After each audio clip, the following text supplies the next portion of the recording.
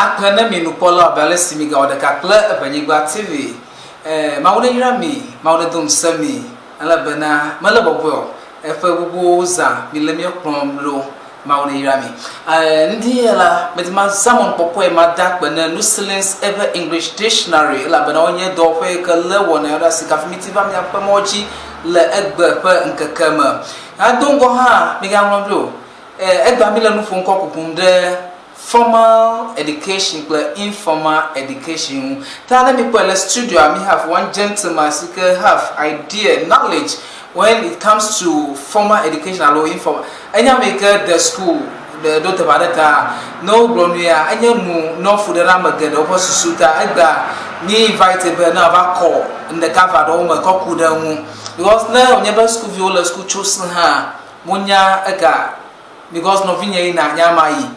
Aloba because school ta ebo yama to my school that le school the depa go masasa amaga de masa go baga no do nyeto nya konya Christian na dia balo service nya konya ka wisdom yo nyewele do ma wona ya okay nya nton konya nya bila dobe okay avivina mtoba mi yomba ma ba akunu kude formal education kule informal education formal education enya education que mi honale sous home que informal education il que mi sona to shops ou le nya madame sou le nya master sou okay nebe formal education nya education alo school de que mi alo he que mi hoto school home ati akoga ma muvia na mi akon pola agom pe ko nebe formal education que c'est be school. Okay. There are laid down procedures. Okay. Like the syllabus. Okay. And extracurricular activities like sports. Okay. And cultural festivals. Okay. Tana isukwa gamele nya won mo katapio hena de view hena tuture jihoho. Okay. Okay. Abale na programa hu.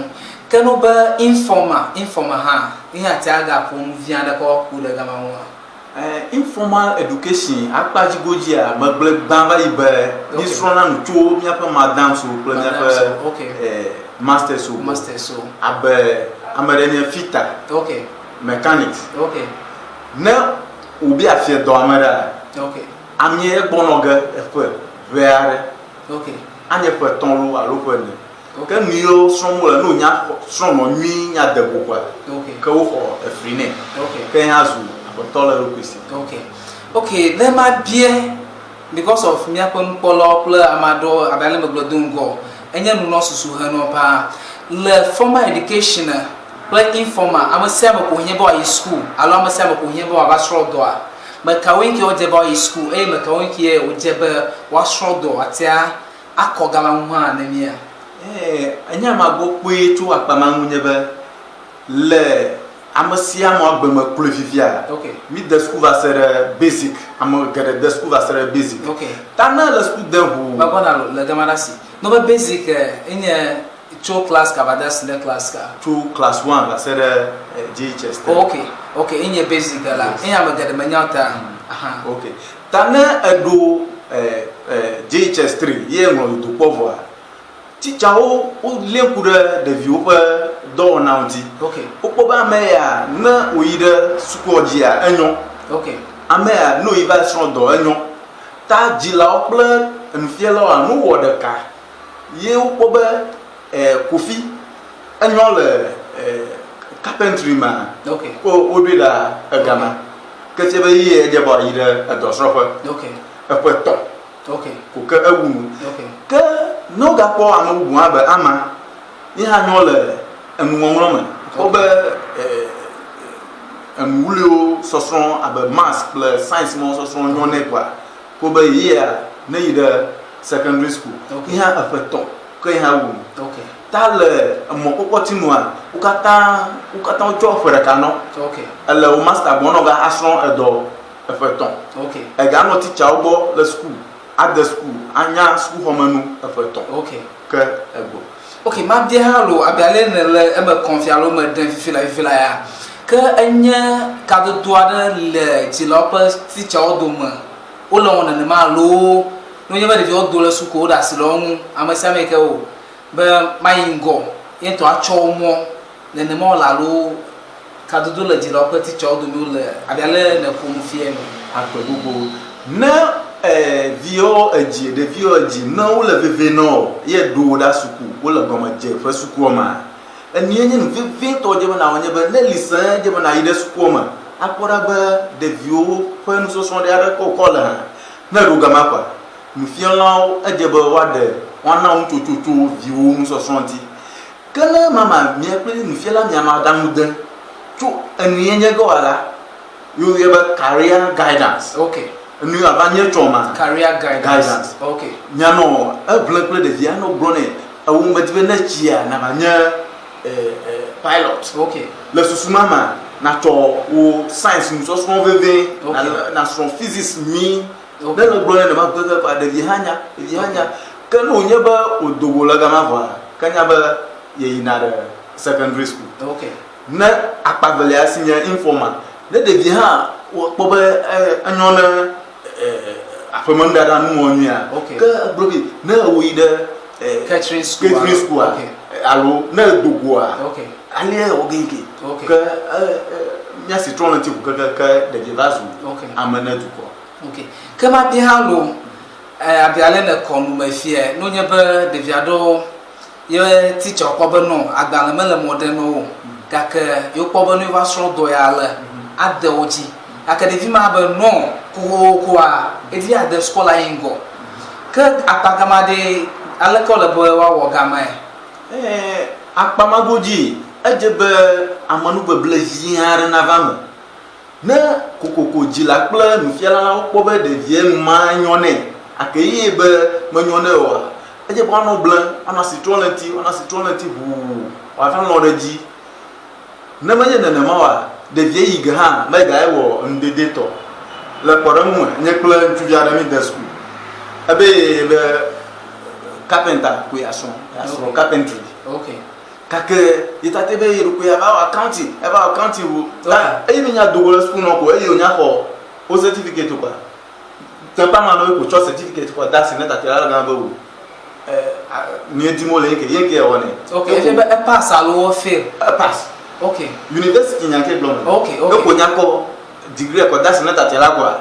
Yo ojo. Okay. Do tatela ba ponti ko egbe. Is ni furniture do mo le. Okay. Okay, if you ba school katan, on va dagbalé katan, on va son quoi. Ebe dene. E va dere te pare. Yes. Apa ko ma go jiji, fi ba jipo do le katela mu alo. Yen to kobe ne version furniture lo carpentry worker enye mi ka adezi e kona na me ni na ma Egble na jila. Okay. Apen fiala koko be majure ya wema. Okay. Akelo wa banya nyama le school a obedo wa yi kokoro kwa yi kokoko. Ya be ma viviga na ebe ayi na ma akia wo pa ya we. Okay. Tai tatela to pepe. Okay. Hana tururo jila. Okay. Ayo wunwa yo to certificate on that's in that Troy by from Okay. Carpentry. Okay. Ta enya ma blog man pe ku be ne de je po be nu ya le nyon na e kwa ke mi onka mi motivate na wa yida pa ma goji bo. Okay. Ala ba gama wo jile. Okay. Ka ke fifila na edankuranyi le nya pon to mege katan ko. Ko ba formal education e gbo mi la no fun juju mu fifila ya. Papa madon va sondo dak pedem to alo do nui ke wazan ko fo do a ko va sondo pepe dak han va le apama ka ta gama ko ji ade akpama goji do de funto afina nye entrepreneur alo anye na na wala de do kuosi amaji dudu bli boto eleme. Okay. Ela be fifi life ye hafi on a double school afak po o do nu akono do me ne ga general te pare vi afi plokata. Okay. Ta adam ye na ni toyo la pomo mo ko na ka on fio o nya o kuro po do mu ti ma chocho ga gbere ka ko upload do. Okay. De ga no vi afi na mare po bo o ame na no me afi wa parent o. Okay. Ga wu ha de viu mote wa aboboru kwide amachichi uto. Okay.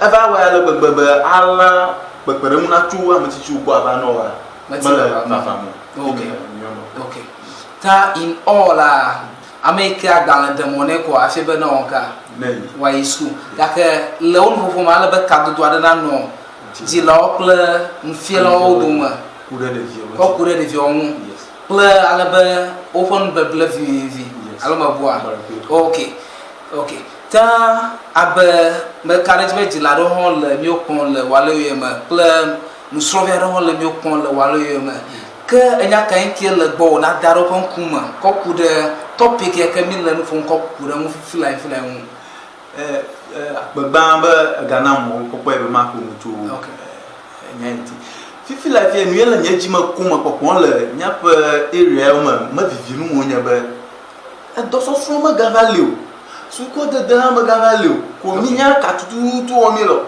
na po nyonvi o ra baba jembe no double score imote score ji go kwa na poko o le ida hairdressing sonro alo tailoring seamstress o le odidi bi amanya ntola o le son akene po mi o de ka pe viwe o ka da eto mo na gbe yi han ko do kwa le moto de atama gbesi agbe anokuku ta adamu na male jilo onye be na viwa de lo wona ma mediri asro do na no simu anye moto alera si anokuku gbesi agba me ochi va fopa be bladen ete moto ku ga no kada ano echime eyanu ano yina ta adamu e do ma no ko ekunya be no so dare do na no fasimu enuma na nye emie no tukwa na ko ku ka epon gugu enuma nye enya asinya magro na ji okata ta jilo nukolo